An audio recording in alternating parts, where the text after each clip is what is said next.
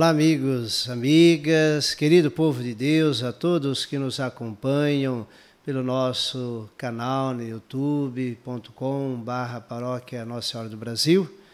Uma alegria poder nos encontrarmos nesse podcast, que às segundas-feiras, às 20 horas, é o nosso horário oficial. Queremos convidar você também a se inscrever em nosso canal no YouTube e assim ajudar a divulgar essa ferramenta de evangelização, uma ferramenta de informação, de formação. Sejam sempre muito bem-vindos. Hoje temos a alegria aqui de contar com um amigo, uma referência para nós aqui na cidade, Dr. Evandro Pelarim, juiz de Direito, é natural de Jales, possui graduação e mestrado em Direito pela Universidade Estadual Paulista, Unesp, e de Franca, em História pela Fundação Educacional de Fernandópolis. Atuou também como advogado antes de assumir a magistratura em 1997. Ocupou o cargo titular na comarca de Estrela do Oeste, em Fernandópolis, e atualmente está à frente da Vara da Infância e Juventude em nossa querida cidade de São José do Rio Preto. É palestrante na área de Direito da Criança e do Adolescente. Na área acadêmica, foi professor de Direito na Faculdade de Direito da Universidade Estadual de Mato Grosso do Sul e, em 2002, publicou a obra Bem Jurídico Penal, um debate sobre a descriminalização. É um homem que sempre envolve com a sociedade, participa, como diz o Papa Francisco, que está no meio do povo, que tem o cheiro do povo. Não se limita a punir, mas se esforça muito para proteger o menor em vulnerabilidade. Atualmente, juiz de Direito titular na Vara da Infância e Juventude de São José do Rio Preto, juiz coordenador do Departamento de Execuções Penais da 8ª Região Administrativa de São Paulo e juiz dos colégios recursais das circunscrições judiciárias de Fernandópolis, Jales e São José do Rio Preto. Uma alegria, doutor Evandro, tê-lo aqui no nosso podcast. E que bom. E queremos que esse momento seja um momento muito gostoso de informação, de conhecimento do doutor Evandro Pelarim. Seja bem-vindo. Muito obrigado, Padre Ernesto. É um prazer imenso estar aqui, especialmente porque a comunidade na qual, a paróquia na qual nós pertencemos, eu, minha esposa, meus filhos, estamos aqui quase todas as missas no domingo, né? Mas tem que estar aqui todo domingo. Só quando a gente não pode mesmo, mas todo domingo a gente está aqui, então é um prazer estar aqui. Meus filhos fazem a catequese aqui, já completaram, então é um prazer estar aqui. Que bênção, fico muito feliz. E gostaríamos que o senhor trouxesse também para o nosso público como que é ser juiz da infância, da juventude, porque é uma fase tão desafiadora na nossa estrutura familiar, no atendimento como padre. Toda semana a gente encontra os pais trazendo esses desafios, que é lidar com a criança, com o adolescente, nos dias de hoje, e mais nessa estrutura de vulnerabilidade. Olha, padre, eu estou na magistratura, vai completar agora 26 anos. Então, para a gente não dizer que está muito antigo, a gente fala, vim de longe, né? Então, assim, já venho de longe aí um pouco nessa área, né? Sempre trabalhando em outras, né? Mas sempre na infância e juventude. E a gente vai acumulando também a experiência pelos erros, principalmente, né? E estudando, observando, e a gente vai chegando a algumas conclusões, revendo, etc. Mas o que a área da infância e juventude, nós, ali no fórum, a gente recebe, são aqueles casos mais críticos, né? Que passam pela família, passam para a escola, passam por outras instituições, até mesmo a igreja. Então, a gente acaba sendo assim, o ponto final onde a coisa chega naquele drama mais agudo, né? Da criança que precisa ser acolhida, o adolescente que precisa ser encaminhado para a Fundação Casa, o pai que vai ser preso porque maltratou o filho, enfim. Então, a gente recebe, né? Então, aí a gente tem que fazer, a gente sempre fala assim, tudo acontece aqui. A família, vamos usar uma expressão para o povo entender, não deu conta, a escola não deu conta, né? Passou por outras, tudo não deu conta, e aconteceu o pior, chega na gente. A gente tem que voltar a fazer tudo de volta, né? Então é um trabalho muito difícil, uma mecânica muito difícil. Mas a gente tem que partir dessa mecânica não só com a lei, mas com os valores que a lei, né? Então a gente tem que partir com esses valores no sentido inverso. E os valores que a lei prega em relação à família, especialmente, às vezes a gente percebe que surpreende a família, porque são valores de união, de congraçamento, de responsabilidade, de deveres dos pais em relação às crianças. A lei diz expressamente que os pais devem exigir respeito e obediência, são duas palavras que estão na lei. Então, quando a gente começa a vocalizar os valores, alguns pais até se assustam, porque a lei, entre aspas, é rigorosa, mas rigorosa no sentido da união familiar. Perfeito. Há um tema que sempre lembro nas pregações, na relação de pai e de mãe, que essa autoridade ela precisa de pai e de mãe, precisa ser muito bem trabalhada. Né? Vemos com facilidade os pais emancipando demais assuntos com crianças que é do pai decidir. Eu penso que pai e mãe eles existem, né, com a finalidade de fazer as escolhas para os filhos. Tem que escolher. E essa é uma dificuldade. A gente percebe em coisas pequenas, tipo pai e mãe que perguntam para a criança o que ela quer comer. Nós, adultos, a gente come coisas que faz talvez até mal para a saúde. Então, eu penso assim, que pai e mãe para escolher, ele que escolhe o que é melhor para o filho. Ou, quando pergunta ao filho, você quer estudar agora? Você quer ir na missa?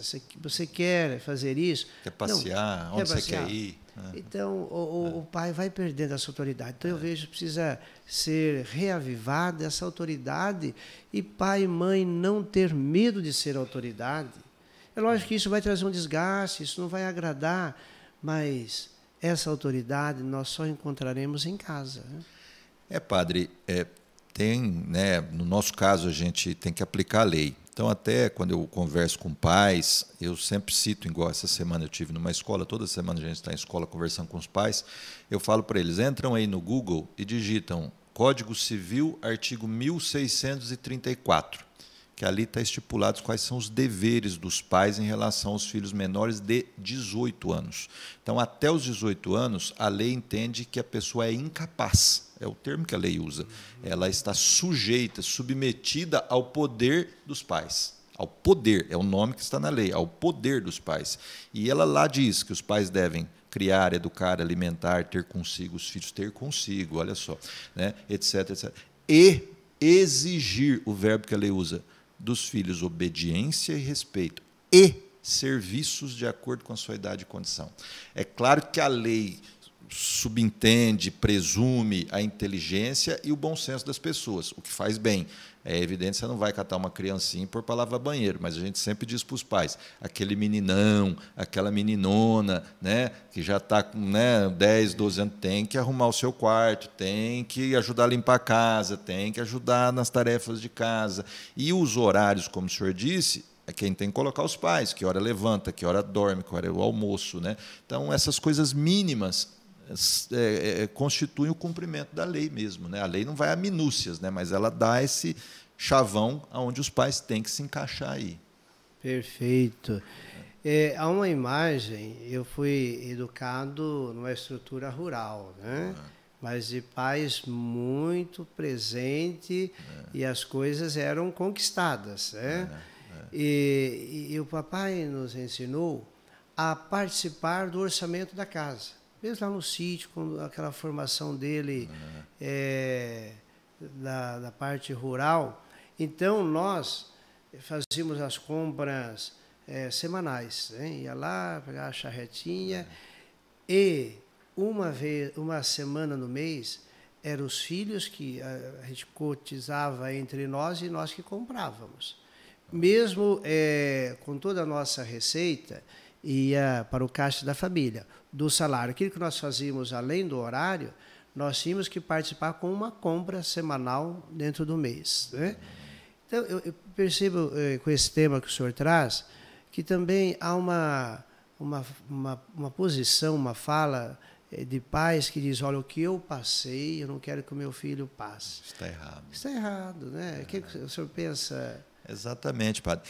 Tem um teste que eu sugiro aos pais quando a gente conversa com eles, que constitui, é um teste simples, duas perguntas para fazer para as pessoas que têm 80 anos, 70 anos para frente. Fazer duas perguntas.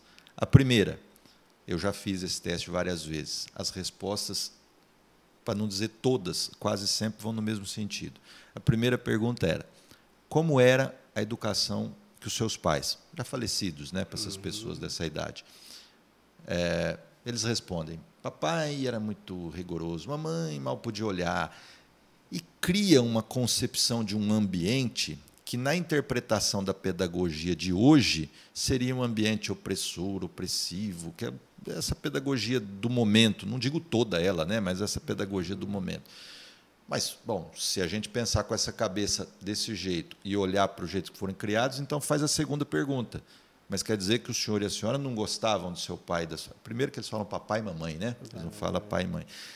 O que eles respondem, invariavelmente? Não, adoro papai e mamãe, amo meu pai e mamãe. Aí a gente começa a fazer a reflexão com os pais. Espera aí, descontando os que já faleceram e que essas pessoas agora estão no final da vida, descontando tudo isso, esses idosos de hoje veneravam seus pais, um amor verdadeiro, pais rigorosos, né? O que para nós dá alguns indícios, padre, e a gente vem com a conclusão segundo a lei. Isso que nós estamos dizendo, que está na lei brasileira de hoje, no Código Civil de hoje, que os pais têm que exigir dos filhos obediência, respeito, não é uma lei que está agora. Isso veio no Código Civil de 1916, isso veio no Código Teixeira de Freitas de 1850, está nas legislações filipinas, manuelas afonsinas, isso está no direito romano há 2000 anos, pelo menos, escrito. Ou seja, há 2000 anos, no mínimo, que se entende no mundo ocidental, para uma família funcionar e os filhos serem bem criados, o pai e a mãe têm que mandar no filho, até uma determinada idade. Não pode criar solto, né? Isso. E agora, aí a primeira reflexão: será que essa pedagogia de ontem vai derrotar uma experiência humana de 2000 anos? É a primeira pergunta. A segunda conclusão que a gente vai fazer de modo crítico: se a lei não mudou, e ela não mudou, quem é que mudou? Nós mudamos. Nós mudamos para melhor ou para pior, né? Então, é a crítica que a gente faz para fazer essa indagação com os pais, né? Então, a gente sempre conversa com os pais desse modo crítico, né? Tentando induzi-los a raciocinar conosco, e, repito, no nosso caso da infância e juventude, sempre aos olhos da lei. É o que a gente vê a lei e vai, né? Então, é o que o senhor disse, nós precisamos ser mais críticos, a gente fala com os pais, mas não é uma crítica vazia, é olhar exatamente o momento, criticar o momento, observar as coisas, e o nosso papel da justiça é explicar a lei, né? É o nosso papel. Também. Me lembro que um dia o senhor comentou comigo, agora não me vem a passagem bíblica até que fundamentou essa questão. Jesus também falou de acordo com a lei, né? E como que Jesus respeitou a legislação, né? Nós tivemos até um debate sobre isso, na questão das pessoas em situação de rua, né? E a gente, né? E aqui eu não tenho nenhum, né? Aliás, eu preciso falar isso como cristão, que é assim que eu aprendi, né? Por mais que a gente trabalhe, por mais que tenha as obrigações, por mais que evidentemente faço algumas coisas, né? Mas eu também estava devendo nessa área das pessoas em situação de rua, né? Aliás, é alertado pelo senhor aqui na igreja muitas vezes, né? Mas, enfim, chegou o momento, né, do despertar. E aí começamos aí a entrar de vez nessa questão das pessoas em situação de rua, e a gente foi percebendo onde tem os problemas, onde a gente precisa atuar mais, onde a gente precisa conscientizar mais. E uma das questões que a gente precisa ser crítico e debater é a questão da alimentação, que a gente precisava ter uma ordenação melhor, né? Dar o alimento, não importa, né? Enfim, mas ordenar, porque a gente estava observando o quê? Muito desperdício, pessoas que estavam recebendo e não estavam precisando naquele momento, sem falar no desvio de alimentos, enfim, venda, uso de drogas, enfim. E aí, quando a gente teve um outro lado dizendo, não, mas temos que alimentar os pobres, etc, etc. Aí eu falei assim, peraí, então não é só a lei que está dizendo que a gente tem que ter uma visão holística, tem que ter uma visão de promocional da pessoa, né, para fazê-la. Então a gente tem que ir mais do que a gente, né, enfim. Aí que eu lembrei da passagem do bom samaritano, né? Aí que eu fui ler de novo a Bíblia e quando, né, o mestre da lei, que seria um juiz, um advogado na época, né, na interpretação, questiona Jesus sobre, né, o que precisa fazer para ganhar o reino dos céus, e ele responde, eu achei até interessante, ele responde, o que está escrito na lei? Quanta pergunta, né? Ele não responde assim, doa teus bens, faz não sei o quê, ele fala, o que está escrito na... A primeira resposta que ele dá, aí ele diz a resposta, amar a Deus sobre todas as coisas e ao próximo como a ti mesmo, né? Jesus fala, então, caso encerrado, né? Você não precisa, pode ir embora, você vai para o céu, não tem problema nenhum. É que depois ele provoca Jesus, né? Mas quem é o meu próximo? Aí Jesus conta a parábola, né? Mas eu achei interessante a resposta, né? Verdade. E para fundamentar isso em casa, pode procurar ali em Lucas 10, do 25 ao 37, que você vai fundamentar. Que bom. Doutor Evandro, o discernimento vocacional sempre é uma angústia até para os nossos adolescentes. Eu passei por isso, o senhor também passou, porque são tantas possibilidades que vão surgindo, a insegurança de acertar na escolha, né? E a atividade do magistrado, de lidar com as leis, é um trabalho, né? Uma posição assim, de muito destaque no sentido de servir, né?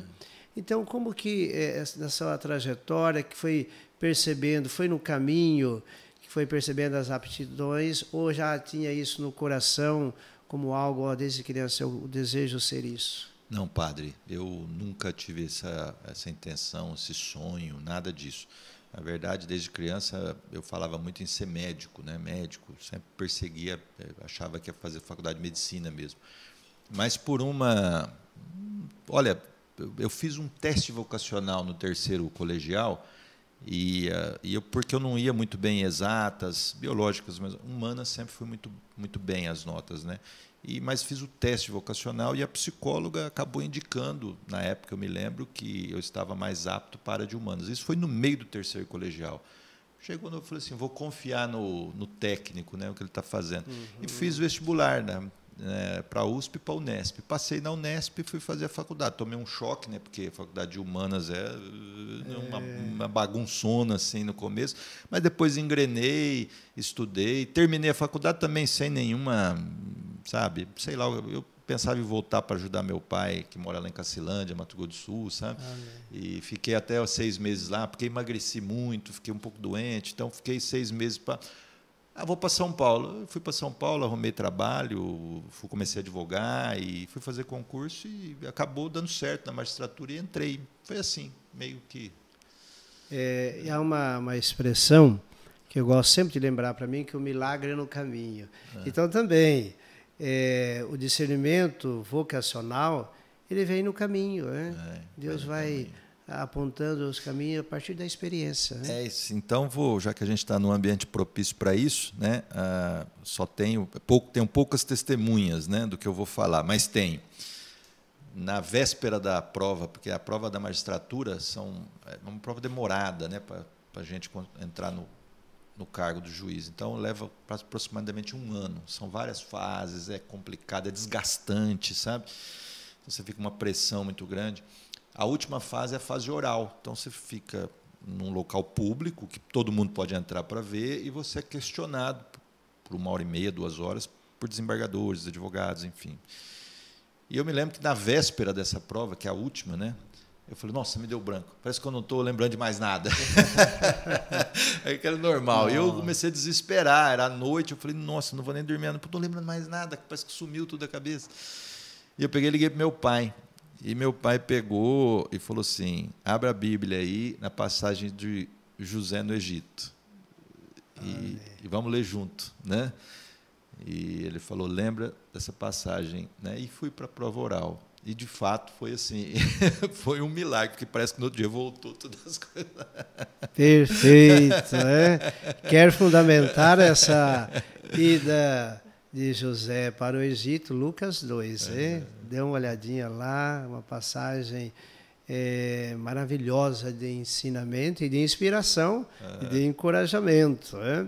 Há uma outra passagem bíblica lá em João 14, que Jesus deixa claro para os discípulos, ele está despedindo dos discípulos. João 13 é a Santa Ceia, né?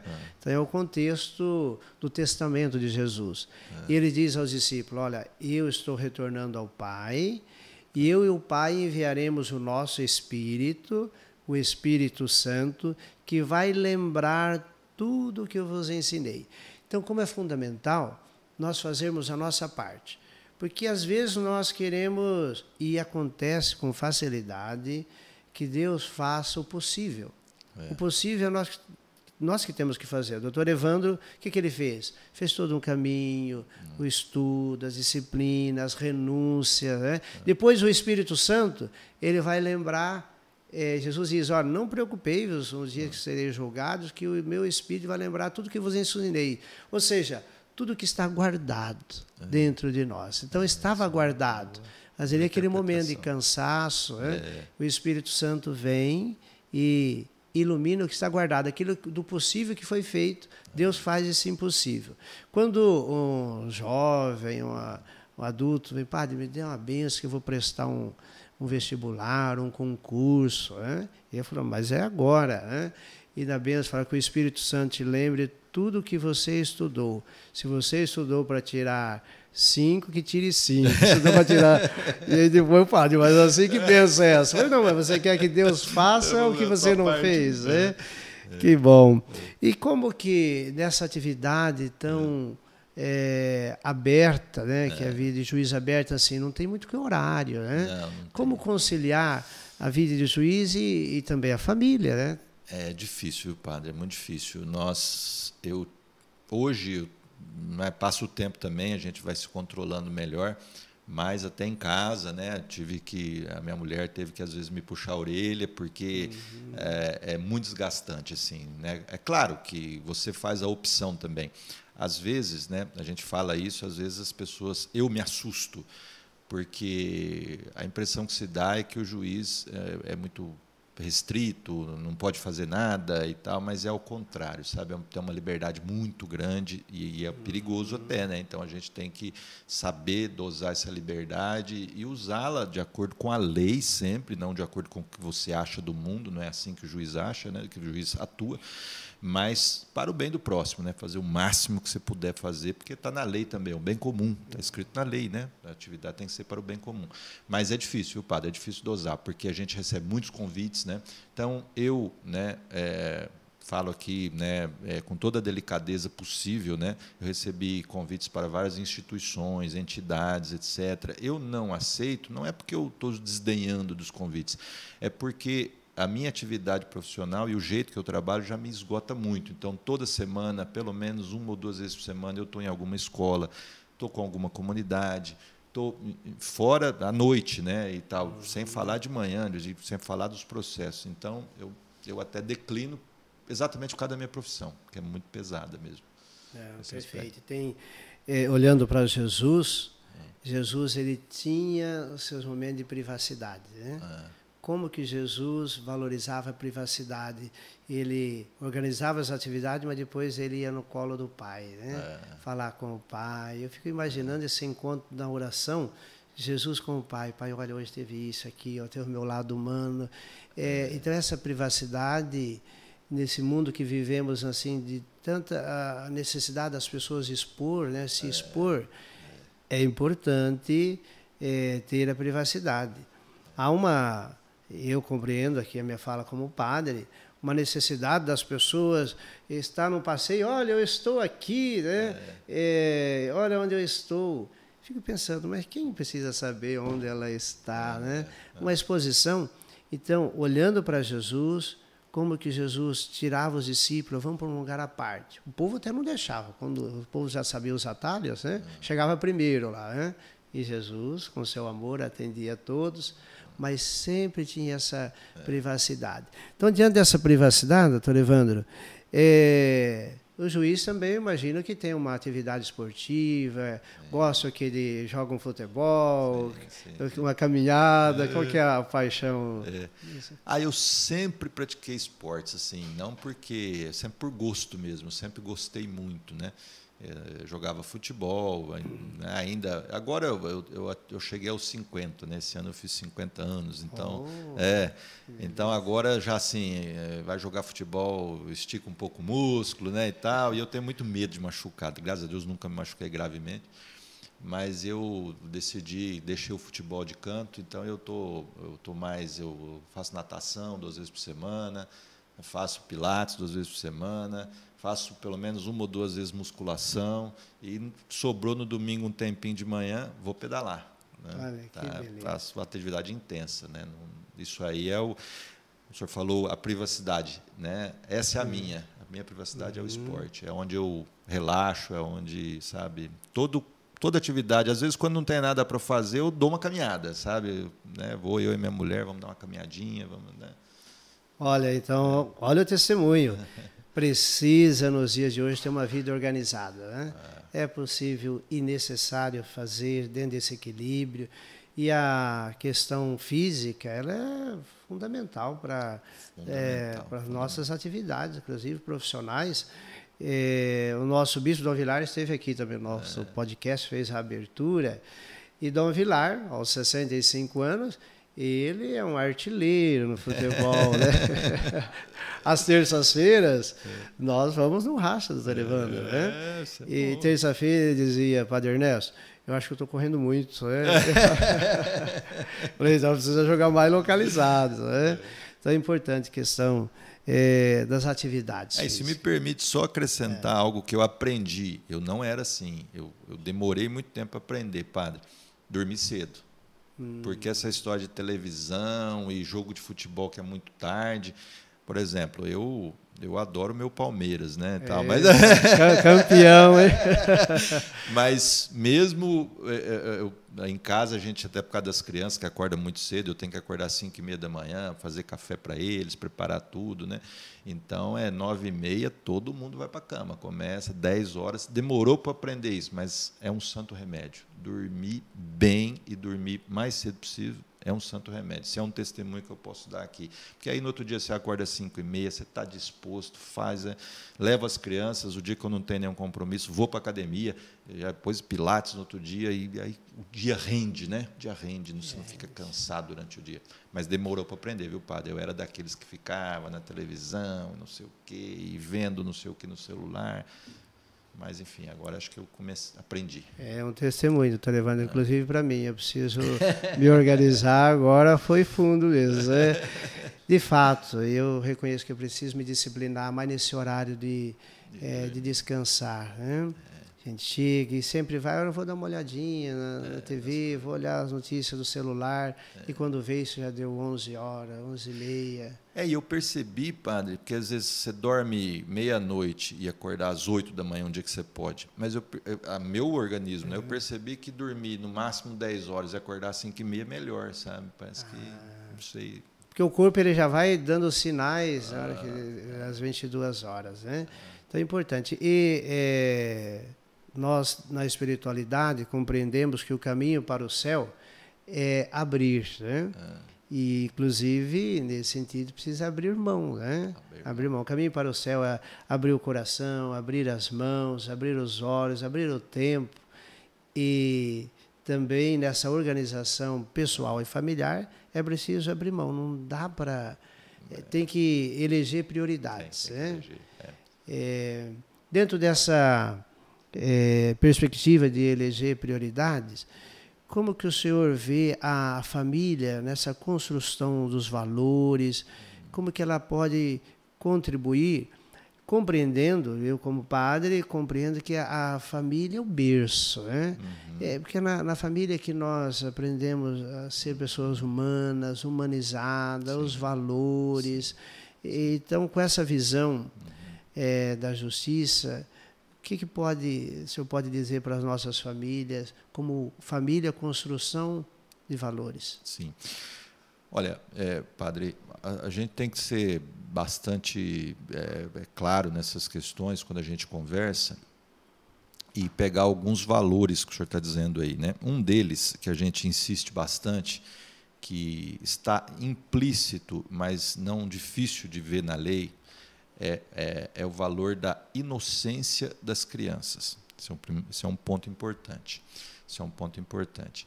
Então, nós adultos somos maliciosos, porque nós já temos a própria experiência de vida que nos traz a malícia. Então, o que a gente diz aos pais? Nós, adultos, não podemos invocar para nós a presunção da inocência. Não. Por que eu digo isso? Porque muitas vezes o filho foi pego lá não sei que lugar, usando droga ou bebendo, isso, aquilo outro. Aí, quando o pai chega para falar para a gente, fala, não sabia, não sei o quê e tal, e aquela coisa, eu falo, não, peraí. Presunção de inocência tem que ser para eles, não para nós adultos. Nós adultos temos malícia, a gente não. A gente tem que assumir a responsabilidade, assumir os nossos erros, né? Até para a gente mostrar para os nossos filhos que errando que se aprende, mas se for para fazer o erro, faça outro, não mesmo também, né? Mas enfim.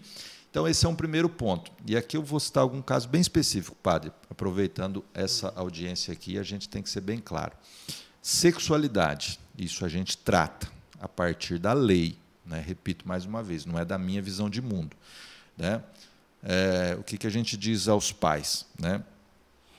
Hoje nós estamos tendo, não só pelos meios de comunicações oficiais, mas principalmente pela internet e pela cultura, muitas vezes por alguns instrumentos de cultura, uma vulgarização e objetificação, principalmente da mulher. Isso reflete na sociedade como um todo, desmonta a sociedade, né? Então, eu digo isso por causa das crianças. Nós, adultos, temos que ser atentos e vigilantes para não deixar que os nossos filhos sejam absorvidos por esse tipo de cultura. Nós temos, o senhor falou, humanizar. Humanizar significa responsabilidade, significa atenção, significa dizer para os filhos que isso não é bom, que isso está errado. Então, ouvir músicas que agridem a feminilidade, submetem a mulher a uma condição inferior, objetificam o corpo, a gente precisa parar com isso, né? Nós precisamos falar claro, né? Precisamos falar claro com os pais para ter atenção com isso, porque, pelo menos na minha interpretação, nós não temos censura, né? Mas na minha interpretação, já que não tem censura contra a cultura, né? E é bom que não tenha, né? Como princípio geral, nós precisamos dizer para os nossos filhos está certo, está errado. Por quê? Porque que acontece? A influência sobre as crianças é muito forte. Aí eu uso um dado real. O Brasil é o primeiro país no mundo em gravidez na adolescência. Isso não é bom. Não adianta dizer que isso é bom. Isso não é bom, né? Então, essa questão tem que ser tratada com muita clareza. E é o que eu digo quando vou conversar com os adolescentes nas escolas.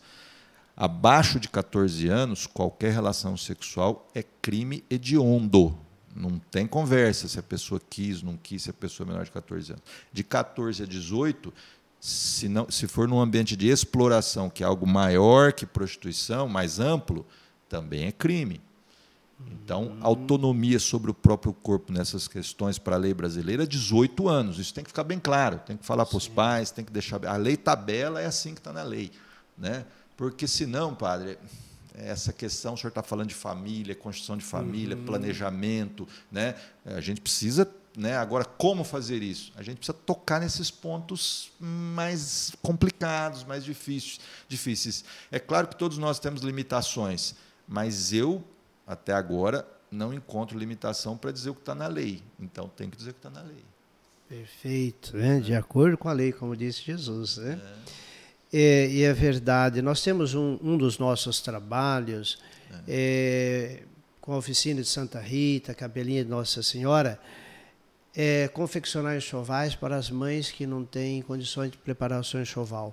Mas deparamos com, na maioria dos casos, mães adolescentes, que ficam sozinhas, os pais já estão desestruturados, e a gente procura dar esse atendimento com enxoval, dar uma atenção à alimentação, mas é um número assim assustador. Padre, teve um caso semana passada. Tem muitos, a gente, né? Eu não, acho que a minha memória nem guarda, porque todo dia tem um drama ou dramas diferentes. Mas nós pegamos lá um caso de Lei Maria da Penha de adolescente. Uma menina reclamou na polícia que estava apanhando do namorado com quem convivia na casa da mãe do namorado. A menina de 13 anos, o menino de 15 anos. E o menino teria batido na menina, a menina falou para uma amiga que estimulou, e veio aquela situação para nós. E os dois lá. Eu falei, espera lá um pouquinho. Eu vou usar uma expressão que eu falei para eles. Vocês estão achando que vocês estão brincando de casinha? Não, tá tudo errado isso aqui. Cadê a mãe? Está tudo errado. Primeiro, você está cometendo crime em relação a ela. Estupro. É. E você e a mãe traga... Então, sabe, assim, desmancha tudo isso, não é assim. A gente fala com energia, com assertividade, sem rodeios, que está na lei. Né? Então, tiveram que dar um jeito lá na situação e não tem essa, né? As coisas têm que ser ditas. Não tem meio termo. Não tem meio termo. Essas coisas a gente tem que ser um pouco mais firme. Nós, na infância e juventude, somos assim. Só que aí também tem um outro lado que é interessante, padre. Os adolescentes, e a gente percebe isso, quando eu chego e converso, eles me respeitam, sabe? Não me agridem, me tratam com educação, com toda essa firmeza. Às vezes, o que a gente percebe é que, às vezes, os pais não têm essa... Então, eles buscam na gente isso, você está entendendo? Essa referência de norte. Essa autoridade em essa casa. Referência de norte, de orientação.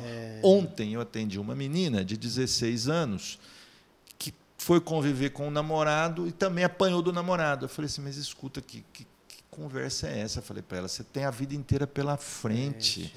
Você vai jogar fora a tua vida para querer achar, quer ver, não antecipe as coisas. A gente fala isso com todas as letras. Não, tá bom, doutor, já encaminhamos, já trouxemos a mãe, já parou com isso aí também, já chamamos lá o cidadão, falou, você está errado, não é assim. E é coisa desse jeito. O finado papai, seu João, que está nos acompanhando lá no céu, com toda certeza, ele tinha uma orientação em casa que só casava, ele dizia, a idade para casamento e para definir a opção do que vai se viver 25 anos. Então, ele seguia a regra, né? Os filhos, era na 23, ele falava, já está na hora. Eu costumo até falar num tom assim bem descontraído, que Jesus saiu de casa aos 30 anos. Então, falou, quem não saiu até os 30 anos de casa, está na hora de sair. Mas, assim, esse período, porque é o tempo necessário, né? E o que a gente tem que privilegiar, repito, que é o que está na lei, padre, porque se você for olhar a lei, lá em nenhum momento a lei diz assim, chegou aí aos 12, 13 anos, né?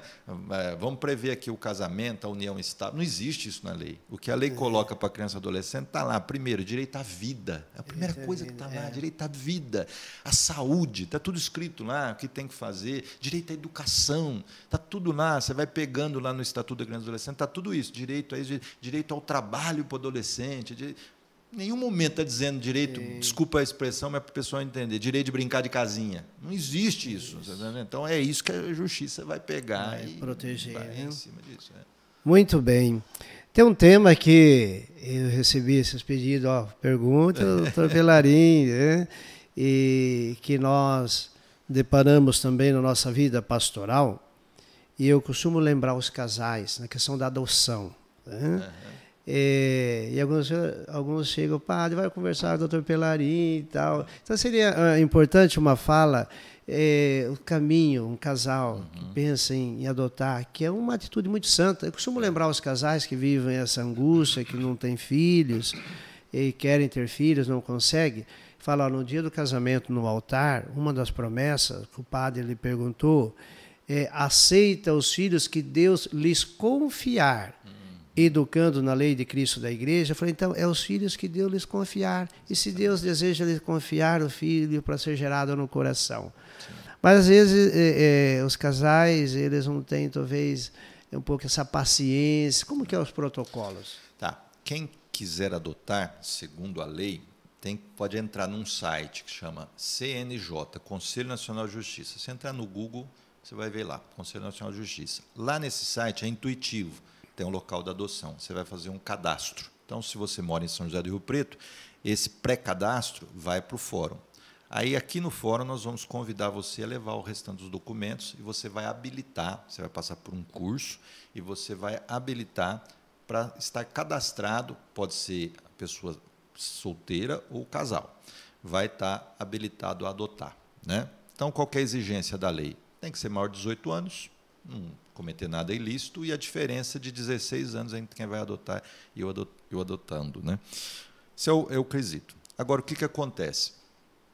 A imensa maioria das pessoas, e nós não podemos recriminar isso, ou discriminar, porque a lei assim autoriza, a pessoa pode escolher idade, cor, sexo, está na lei. 90% das pessoas ou mais escolhem crianças de 1 a 3, 1 a 4 anos, são recém-nascidos. E aí começam os problemas com a fila. Por quê? Porque nós não temos tantas crianças disponíveis para adoção quanto pessoas cadastradas. Então, tem um gargalo muito forte, é um funil, né? Então, é muita gente para poucas crianças. Agora, por que não temos tantas crianças disponíveis para adoção? E aqui começa as questões da lei, que eu até acho que deveriam ser discutidas. Mas, primeiro, adoção não é regra, adoção é exceção, e é a última das exceções. A regra é a família natural. Então, esse é um primeiro problema. Se a mãe tem um problema com o filho, a família, e nós somos acionados, a justiça é obrigada a tentar restabelecer essa questão da família natural. Encaminhar pai e mãe para tratamento, a criança, eventualmente, para restabelecer esse vínculo da família natural. Não sendo possível a família natural, a justiça tem que procurar o quê? A família extensa. O que é a família extensa? Vovó, tio, etc. E, em última instância, que vai para a adoção. Então, já começa aí o primeiro problema. Já começa a dificultar chegar a criança lá. Agora, situações peculiares locais. Rio Preto tem uma rede de atendimento de saúde muito forte. Então, a gestante que começa a ter problema, ela é bem atendida, bem acolhida, etc. E o que acontece? Tem a criança e não vai entregar para adoção, o que é bom, vai ficar com a família. Então, aqui são pouquíssimas crianças disponíveis para adoção na nossa comarca, com menos de 3 anos, porque as pessoas, né, cuidam, né? A cidade oferece condições materiais, cuidado, etc. Agora, o que nós não temos, e não é só Rio Preto, é Brasil em geral, pessoas interessadas, por exemplo, para adolescentes, 8, 9, 10 anos, irmãos, grupo de irmãos, pessoas com saúde, crianças com probleminhas de saúde. Nós tivemos que acionar em 2020, pandemia, uma adoção internacional. Foi feita uma adoção internacional. Por quê? Porque nós não tínhamos pessoas interessadas naquelas duas irmãzinhas. Uma tinha 16 anos e a novinha tinha 6 aninhos, diferença muito grande. A mais velha falou para mim, juiz, não me separa da minha irmãzinha, não. Nossa. Aí como é que você faz? E a lei também fala que tem que manter os irmãos unidos. E a menininha de 6 anos tinha um problema de saúde sério, muito sério. Nós não encontramos pessoas interessadas aqui, não encontramos no Estado, não encontramos no Brasil, para aquela situação ali. E ela já estava há muito tempo no abrigo. Então, tivemos que... Aí, o casal que adotou morava em Atlanta, nos Estados Unidos, já com um cadastro feito lá e aqui, tudo pronto, tudo documentado. Então, é isso, padre. Nós temos uma discrepância, né? Muita gente interessada em recém-nascido, o que é difícil, e poucos interessados em grupo de irmãos e crianças com doença. E aí que o senhor falou, os filhos que lhe confiar. E vou finalizar no seguinte sentido. Muitos dos que vão adotar, isso nós já conversamos, ficam preocupados com o que vai vir, né? Por isso que querem pegar o recém-nascido exatamente para quê? Vou construir os meus valores, né? E aí nós que temos experiência dizemos o seguinte, mas mesmo os biológicos, você não sabe o que vai vir. Não adianta você falar que você vai colocar todos os seus valores e vai sair do jeitinho que você quer. Não é assim. O ser humano é... Então, o adolescente, a gente tenta convencer os cadastros assim, né? Você vai pegar um adolescente que você acha que está fora do seu controle, mas o seu biológico também vai ficar fora do seu controle. Né? Então, confia nesse, né? Como o senhor falou, vamos arriscar aqui, né? Então, é esse descompasso aí, né? Certo, perfeito. Então, olha, uma orientação valiosa, né? E alguns lembram, como no passado fez isso, tinha pouco tempo uma senhora me procurou. Olha, a mãe veio e trouxe a criança até mim, porque é nós que cuidamos na gravidez, né? Não, o caminho ficou muito claro, né? O caminho é este. É até bom, padre, só para arrematar que eu esqueci, a lei diz assim, que para adotar é cadastro, e só tem 3 exceções fora do cadastro. Primeiro, a chamada adoção unilateral. O que é adoção unilateral? É o padrasto que adota a enteada. Então, a mulher casou, né, e o padrasto quer adotar, não precisa o padrasto estar no cadastro, né? Familiar próximo. Então, a criança está lá, problema tal, e um tio, né, um parente próximo quer adotar. Ele não precisa estar no cadastro. E a terceira exceção é a criança que tem mais de 3 anos, olha só, tem mais de 3 anos e que já tem uma convivência com essa pessoa que constitui o vínculo. Então, fora essas 3 exceções, é só cadastro. E o que acontece? Algumas pessoas querem furar o cadastro e aí trazem a criança, e a criança dá um probleminha de saúde, como acontece muito conosco. Aí ela precisa atender no hospital. Chega lá no hospital, no pronto-socorro, precisa fazer a ficha, né? Aí vai fazer a ficha, mas cadê o documento da criança? Não, mas você tem que ter um documento. Aí aquela correria para ir no fórum para fazer o quê? Para fazer a guarda, para ir lá tratar. Mas a hora que chega lá para fazer a guarda, mas como essa criança veio parar com você? Ah, não, porque é fulano. Aí o que acontece? Tira a criança. Para quê? Para colocar no cadastro. Vai chamar o cadastro. Então, tem que ser pelo cadastro. Então, não tenta atalhar, porque às vezes a dor pode ser pior do que a dor da espera. Não, perfeito. Que benção. Olha, que gostoso o nosso encontro, a nossa conversa. Dr. Evandro Pelarin, que é uma presença muito efetiva e afetiva na nossa cidade e aqui em nossa comunidade, é membro da nossa comunidade Nossa Senhora do Brasil. Ontem, dia 13 de novembro, nós tivemos, né, o Dia Mundial dos Pobres. Foi um dia maravilhoso, com várias ações voltadas para os pobres em situação de rua. Então, queremos louvar a Deus, porque o Dr. Evandro tem sido esse instrumento de abrir portas, né, para a gente poder servir. E nós estamos aproximando, Dr. Evandro, do final de ano, que é um tempo de avaliação, é um tempo de expressar a nossa gratidão. Estamos aí saindo de uma pandemia de 2 anos, onde todos nós fomos colocados num patamar, independente da posição, os riscos foram iguais. E nós não podemos esquecer, nós precisamos sempre lembrar de tudo que nós fomos privados, os riscos, a gente vê de hoje estar bem, amanhã já estar aí num processo de saúde, de enfermidade. Então, para esse Natal, uma mensagem para todos que nos acompanham,